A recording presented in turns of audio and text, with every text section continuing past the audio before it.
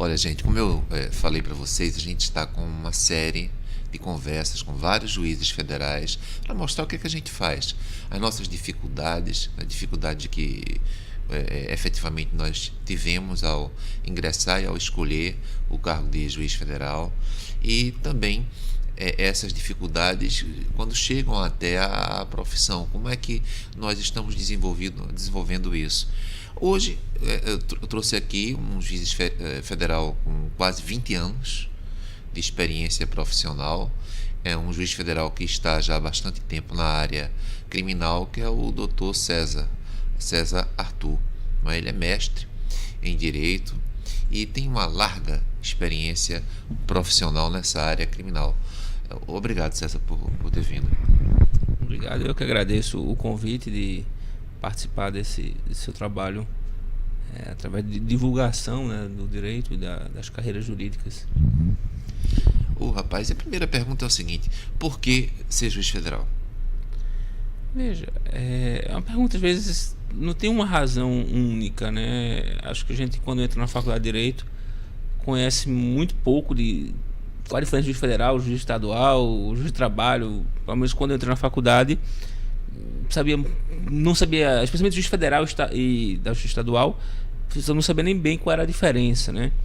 Mas na faculdade eu fiz um concurso para ser servidor do Judiciário Federal, né? O concurso abriu, eu acabei me inscrevendo, também não conhecia exatamente nem muito bem o que era a Justiça Federal, mas abri o concurso, eu estudei e passei, né, na faculdade. Para o concurso para... O cargo na época era auxiliar judiciário, hoje é o equivalente a técnico judiciário. Trabalhasse onde? Eu trabalhei no TRF, o concurso era para técnico judiciário do TRF. Eu trabalhei tomei posse, ainda era depois foi o ministro Delgado, mas foi pouco tempo, depois pouco tempo também o desembargador já aposentado, o Geraldo Apoliano, e depois fui trabalhar com o desembargador José Maria Lucena. Certo. Aí com o José Maria Lucena, ele, quando ele foi da vice, eu trabalhei com ele na presidência, na corregedoria. Perfeito. E quando ele estava na presidência, eu saí para ser procurador do Estado. E quando Estado de Pernambuco. Estado de Pernambuco, fui procurador do Estado de Pernambuco. E quando eu conheci a Justiça Federal, quando eu trabalhei lá, eu disse: olha, eu gostei muito daqui, achei uma história muito boa, uma matéria que eu gostava muito, que era a parte de direito público, era uma matéria que desde o começo da faculdade eu tinha um interesse maior. E disse: não, é isso aqui que eu quero, assim, eu vou tentar seguir essa carreira. Fiz vários concursos, né? Fiz vários concursos de procuradoria. Que procuradoria? Fosse procurador do Estado? Eu assumi mesmo procuradoria do Estado, mas eu fui procurador do Banco Central, procuradoria da Universidade Federal de Pernambuco, que antigamente eram os concursos, não era como hoje a AGU, mas a cargo procurador federal não tinha, era procurador autárquico, né? De cada um, o autárquico ia fazer o seu concurso. Quer dizer, só para a gente recapitular, você foi procurador do Estado, eu também fui procurador do Estado de Pernambuco, né? Procurador do município do Recife. É muito comum isso, os juízes, antes de assumirem o cargo de juízes federais, terem uma experiência anterior. Quer dizer, no teu caso, foi procurador do Estado de Pernambuco, mas também passou nos concursos, procurador do Banco Central. Banco Central, da UFPE, procurador do Estado de Alagoas, procurador da Assembleia Legislativa. Do Estado de Alagoas? Do Estado de Alagoas. Passei fui até analista de informações da ABIN, eu passei no concurso também. Perfeito. Eu fiz vários, passei no tabelionato, no concurso para o tabelionato aqui do Estado de Pernambuco. De que ano, César? Acho que em 99, acho que foi o primeiro concurso do Estado. Eu acho que foi, não tenho certeza, mas acho que foi o primeiro concurso para cartório, assim, o primeiro concurso de cartórios aqui do Estado de Pernambuco. Parece que passasse muito bem, não foi nesse? Passei. Nas provas eu fiquei em primeiro, com os títulos eu fiquei em segundo. Eu até fui nomeado, assim, quando eu abriu para escolher, eu cheguei a escolher o 7º tabelionato da capital. Que fica onde? Fica aqui em Recife, eu não sei, ele agora ali pelo centro, não sei, perto da Rua do Imperador, não sei o nome exatamente da rua. Eu cheguei a ser nomeado para aquele 7º tabelionato, mas eu acabei não assumindo, achei que não era minha vocação. E preferisse a Justiça Federal? Preferi a Justiça, estava na época fazendo o concurso, já era procurador do Estado, né? Estava fazendo esses concursos, mas aí quando eu passei na Justiça Federal, eu disse: é isso que eu quero e assumi. Estou, na verdade, há 17 anos como juiz federal. Quase 20 anos. E me diz uma coisa, você quando assumiu na Justiça Federal, não deve ter sido fácil, era procurador do Estado, você estudava e trabalhava, não é isso? Sim. Deve ter sido intenso isso. Uma época de bastante dedicação, né? Assim, mas assim, quando você acumula um certo estudo, né? Assim, você estava passando em vários concursos na época, então foi um caminhar, digamos assim, né?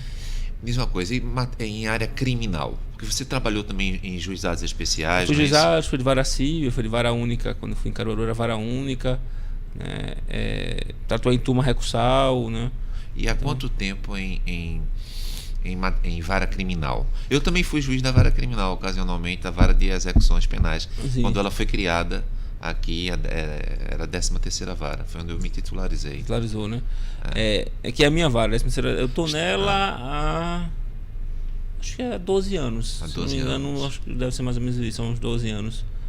12, 13 anos que eu tô nessa. E nessa não vara. é fácil, não é? Eu, quando fui juiz, por uns 3 anos, aproximadamente isso, da 13ª vara, que é a vara especializada em execuções penais, eu percebia que ela também acumulava com um processo de conhecimento, né?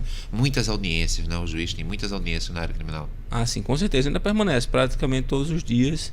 Tem ou pelo menos uma audiência de instrução quase todos os dias, né? E tem as audiências que são mais rápidas, né? Essas você consegue fazer várias por dia, mas praticamente todo dia, né? A gente tem audiência. Normalmente eu faço segunda, quinta e desta sexta, para eventualmente alguma audiência réu preso, alguma audiência urgente. Segunda, quinta é que eu marco as audiências mais corriqueiras, né? Entendi. E me diz uma coisa, e a questão da segurança, como é que está? Porque a Justiça Federal, ela lida com a criminalidade financeira, inclusive. Não é apenas uma criminalidade tão simples como se imagina, furto.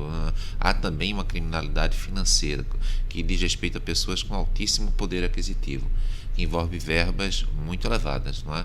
E aí, perigo, segurança?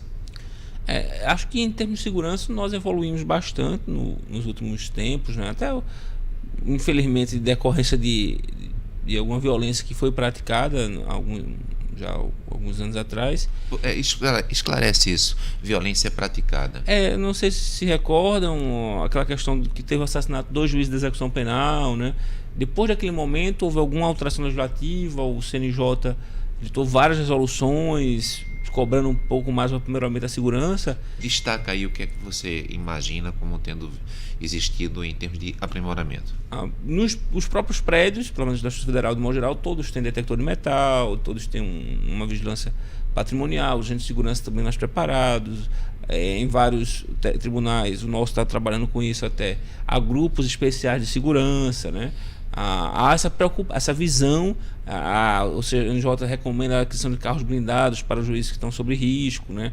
Há um Comitê Nacional de Segurança para análise de juízes que estão sob risco, né? Há toda uma preocupação, pelo menos quando eu tomei posse, ninguém nem falava sobre isso. Certo. E hoje já é uma preocupação grande, né, sobre isso.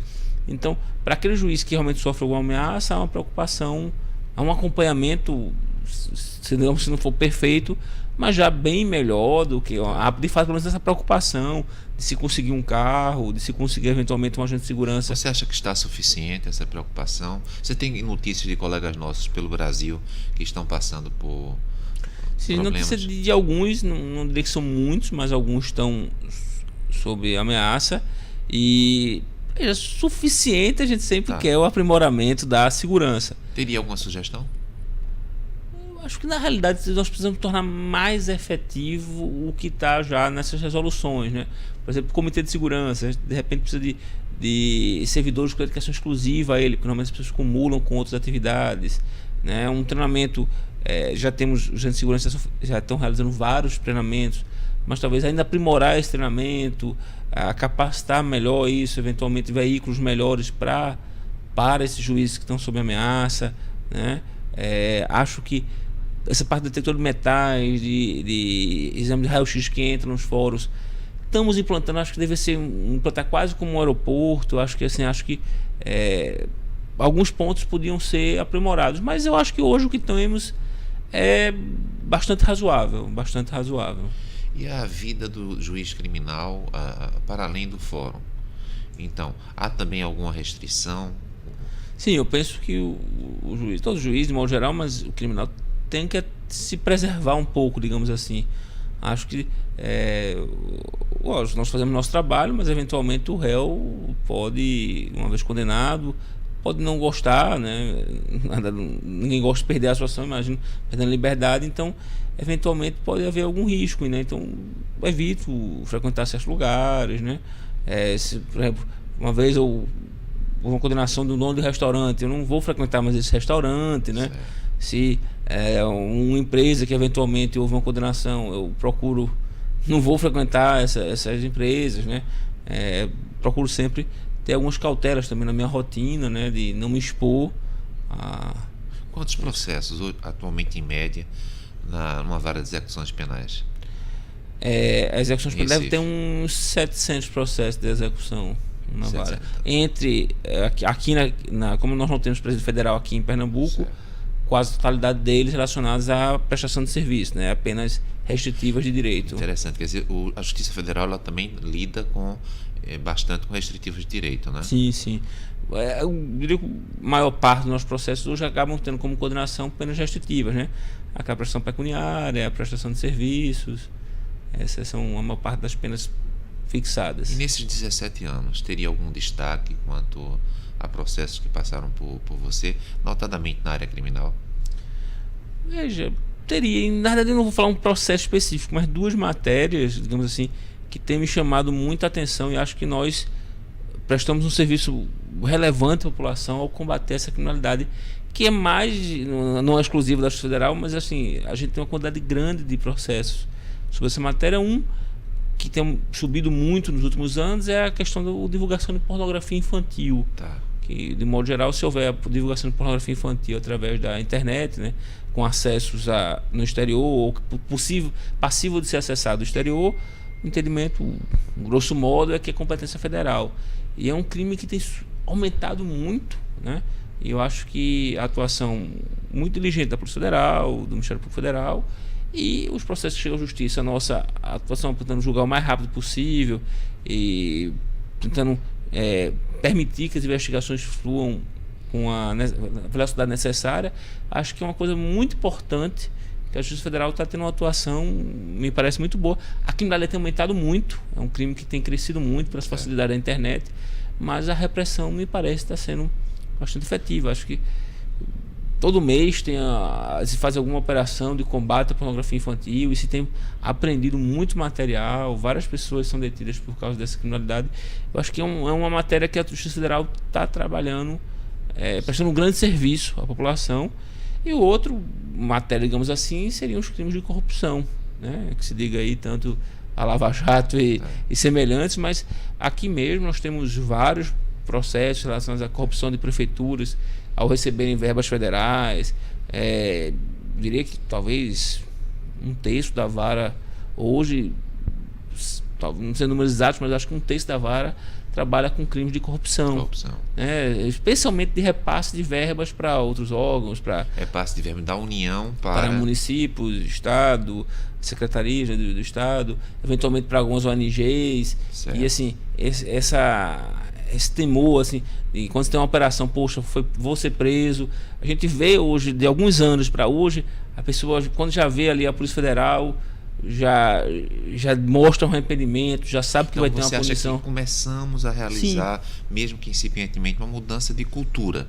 Nesses anos todos na vara, eu me lembro quando eu cheguei na vara, era até uma coisa talvez triste, até posso dizer, seja a palavra correta, que eu me lembro que tinha um processo de um réu condenado por corrupção, certo, que era um fiscal que tinha pedido umas besteiras assim, não é que seja besteira o crime, obviamente, mas não era um grande corrupto, digamos assim, era uma corrupção menor. E dos últimos anos para cá se vê vários ex-prefeitos, vários vereadores. Dentro dessa mudança de cultura, que é sempre difícil mudar a cultura, essas decisões você tem acompanhado até o Supremo, até o Superior Tribunal de Justiça? Algumas. Normalmente às vezes eu acompanho, mas quando eles voltam desses tribunais, e eu me recordo de pelo menos 2 ex-prefeitos de municípios aqui próximos a Recife que foram condenados. As penas não foram muito altas, o tribunal baixou algumas penas, mas eles cumpriram. Prescrição, não? Não, algumas foram prescritas, infelizmente, mas pelo menos 2 cumpriram pena de restritiva de direito, é verdade, mas cumpriram penas, né, um de 4 anos e outro um município aqui próximo a Recife. Então, assim, quando eu entrei aqui na Justiça, historicamente nunca tinha ocorrido isso. Tá. E nos últimos 4, 5 anos, eu já vi 2 ex-prefeitos, vários empresários, empresas maiores e também vários servidores públicos, membros de comissão de licitação que fraudaram ou pelo menos participaram de fraudes e estão sendo condenados, estão respondendo e alguns estão já cumprindo pena. Quer dizer que estamos conseguindo evitar também a prescrição, sim, a aceleração processual. Exatamente. Coisa que no passado ficava se protelando muito essa entendimento do Supremo agora do ano passado, né? Do cumprimento da pena com o julgamento de segundo grau. Sim. Tem feito, dando muito mais efetividade à execução. Você acredita que essa postura de executar a pena após a decisão do segundo grau vem contribuindo então com essa mudança de cultura no que diz respeito à preservação do patrimônio público? Com certeza. Talvez seja um dos grandes marcos da mudança da execução penal, seja essa mudança, né, de entendimento do Supremo, que tornou até, digamos assim, irrelevante para o réu ficar recorrendo para os superiores, porque poucas vezes eram de fato modificadas. Eram modificados alguns detalhes, né, assim, talvez uma forma, uma questão de dosimetria, mas como eles não entram na discussão de fatos, muitas vezes, quase todas eram confirmadas, mas com a prescrição, né, se prolongava às vezes por décadas e acabava se tornando ineficaz a prestação jurisdicional, né, penal, e esse entendimento supremo fez com que o processo, vamos dizer, a efetividade do processo fosse muito maior. Existe o FONACRIM, não é isso? Os juízes federais criminais, eles mantêm contato uns com os outros? Como é que isso funciona? Há algum contato, mas ele acaba não sendo tão efetivo. Assim, aqui mais na seção, no próprio estado, é mais fácil ter um contato, mas o FONACRIM tem uns enunciados. Explica, né? O que é o FONACRIM. Pronto, o FONACRIM é o Fórum Nacional de Juízes Criminais Federais, se reúne em regra anualmente. Eu acho que já se reuniu umas 5 ou 6 vezes, já tem uns 7, 8 anos que ele exista.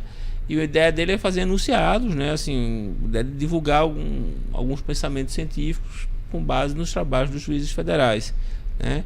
Então faz reunião, debate alguns enunciados, lógico, não são vinculantes, não são nada. É só uma divulgação de algumas ideias, alguns pensamentos, algumas decisões que são tomadas pela Justiça Federal. Você acha que deveria ser incentivado o FONACRIM? Sim, sim. Ele já foi... Atualmente ele deve ser anual, né? Anual. Fala sobre a periodicidade. Normalmente, nos últimos anos, ele tem sido anual. O último ano, salvo engano, foi em São Paulo. Esse último ano agora não foi, acho que no Rio Grande do Sul. Chegasse a trabalhar na relatoria de uma das mesas, não foi? Sim, sim. Acho que o FONACRIM, que foi organizado em Recife, eu fui um dos responsáveis pela coordenação, auxiliei a coordenação do FONACRIM, que foi em Recife. Acho que em 2014 foi aqui, se não me falha a memória, foi nesse período. Quando esse tipo de interessante, já começou até com o Fórum Nacional de Juizados Especiais, Federais, o FONAGEF.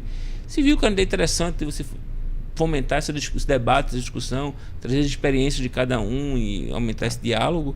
E aí criou-se também o FONACRIM, após o Fórum dos Juízes Federais. Dos juizados especiais, criou-se dos criminais, hoje tem das execuções fiscais, né? A ideia de reunir essas pessoas para debaterem problemas comuns, né? E tu terias alguma sugestão para tornar a Justiça Federal, que já está, mas ainda mais efetiva em termos de impacto social positivo na defesa do patrimônio público, no caso aí, como você citou, a questão da pedofilia, não é? Tens alguma sugestão? Veja, eu acho que a gente tem que talvez evoluir um pouco no nosso pensamento mesmo, na nossa jurisprudência. Acho que ela prende um pouco ainda a efetividade. Acho que a gente tem muita preocupação. Com certeza nós temos que ter o devido processo legal, mas às vezes há um garantismo exacerbado, uma preocupação com formas pela forma e não com um contraditório, um devido processo legal efetivo, né? Às vezes um detalhe se anula um processo, às vezes há um rigor excessivo relacionado à quebra de sigilo bancário, à quebra de sigilo de dados. Acho que tem que, lógico, respeitado a intimidade e todas as questões, obviamente, me dá um exemplo disso, porque se fala muito na academia em garantismo como sendo algo bastante positivo, não é? Mas como tudo na vida, há dosagem, né? E aí, exemplos de como essa dosagem do garantismo poderia ser prejudicial para a sociedade. Quer dizer, sem, obviamente, deixar de respeitar os direitos individuais, claro. Mas dá um exemplo. Por exemplo, a gente tem uma dificuldade imensa em vários bancos aqui no Brasil de fornecer extratos.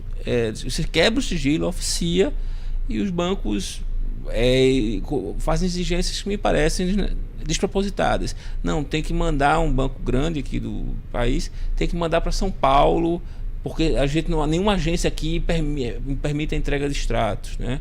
Ou o Banco do Brasil, por muito tempo, até agora, acho que não tem algum tempo que eu não vejo isso, negava extratos de contas públicas. Né? Eu pessoalmente acho que o extrato de uma prefeitura, do estado, da União, deve ser totalmente público a qualquer pessoa. Acho que não há necessidade de falar em sigilo bancário de um órgão público, de uma prefeitura, tá, com órgão público, mas se entendia que tinha que quebrar o sigilo. Isso torna muito lento. Era mais difícil até. Mais difícil. Já teve um processo, curiosamente, que a gente pediu a Suíça, os extratos chegaram primeiro do que um banco aqui em Recife. Né? Então se fala como assim, Suíça é um paraíso fiscal. Olha, eu tenho às vezes é mais fácil conseguir um extrato bancário na Suíça do que aqui em Recife. Né? Com essas teses, não, o ofício tem que ser assinado de determinada maneira. Então, esse tipo de dificuldade, né? Tem essas 4 instâncias, né? Habeas corpus, você tem processo, não é raro, processo de um réu com 18, 20 habeas corpus, entra com apelação e simultaneamente entra com habeas corpus, que não é a mesma coisa. Então, assim, esse formato me parece que torna difícil o andar do processo.